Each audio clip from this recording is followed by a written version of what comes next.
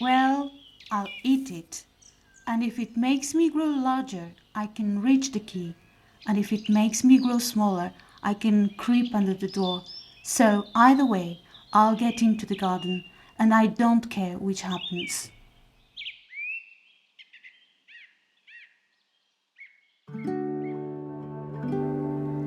The illustrations I did for Alice in Wonderland are my personal interpretation of Lewis Carroll's story.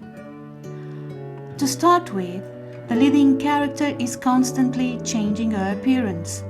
Secondly, as well as the variations in scales, Portuguese flora and fauna species are included in the background. Lewis Carroll lived in the 19th century and was an English novelist, photographer and mathematician who taught in Oxford.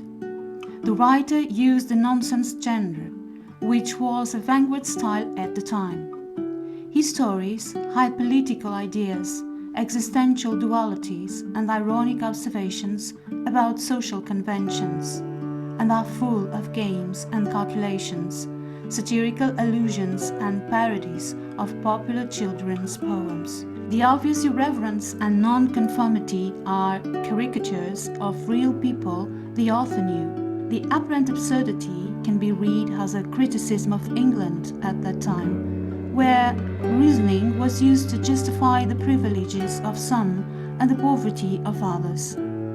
The complex plot makes the tests difficult to interpret and more perceptible to adults than children. The White Rabbit is a guide who shows Alice the way and talks about some of the inhabitants of Wonderland.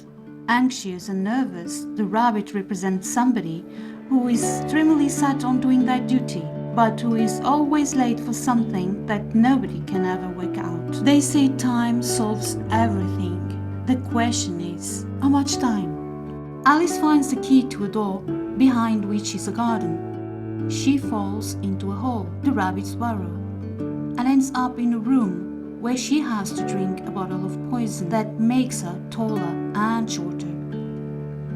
Smoking a water pipe next to a mushroom, the caterpillar represents the doubts that lead to change and Alice's inherent metamorphosis. The caterpillar tells Alice to follow her intuition, raising existential questions and talking in a haphazard manner. Who are you? I don't even know myself. At least I know who I was when I woke up this morning. But I think I've gone through too many changes since then. The Cheshire Cat refers to the cheeses of the county where Lewis Carroll was born, which were molded in the shape of a grinning cat. It is one of the few characters who speak to Alice, explaining, albeit in a confusing manner, certain rules of Wonderland. Always with a sharp response, he laughs at everybody. Would you tell me, please, which way I ought to go from here? That depends a good deal on where you want to get to. I don't much care where. Then it doesn't much matter which way you go. Alice in Wonderland is full of characters who undergo metamorphosis, including the Duchess and the crying baby, very emotionally unstable. She sees things that do not exist. Given this absurd situation, Alice grabs hold of the baby, which turns into a pig. The Mad Hatter is an eccentric, lawless person who does whatever he wants. At a tea party, the Hatter wears a teapot in his hat and dips a dormouse into the cup as if it was a tea bag. Next to both of them, another intelligent character makes his appearance, the March Hare. Hatter, have I gone mad? I'm afraid so. You're entirely bonkers, but I'll tell you a secret. All the best people are. Always melancholic and nostalgic, the Mock Turtle is half calf, half turtle.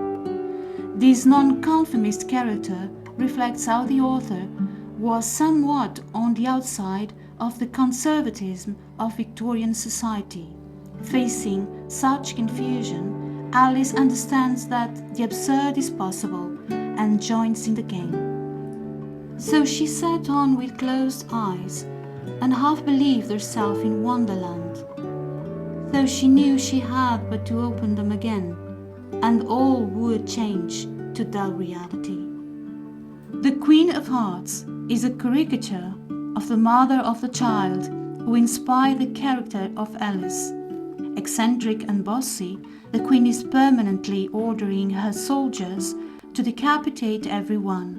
But as nobody takes her seriously, none of her orders are carried out. The ambiguity of some characters reflects the very duality of the author. Somewhat impertinent, Alice tries to interact using different forms of thinking. At the end of the story, she wakes up and finds out it was all just a dream. It is up to the reader to decide where the line between reality and fantasy lies.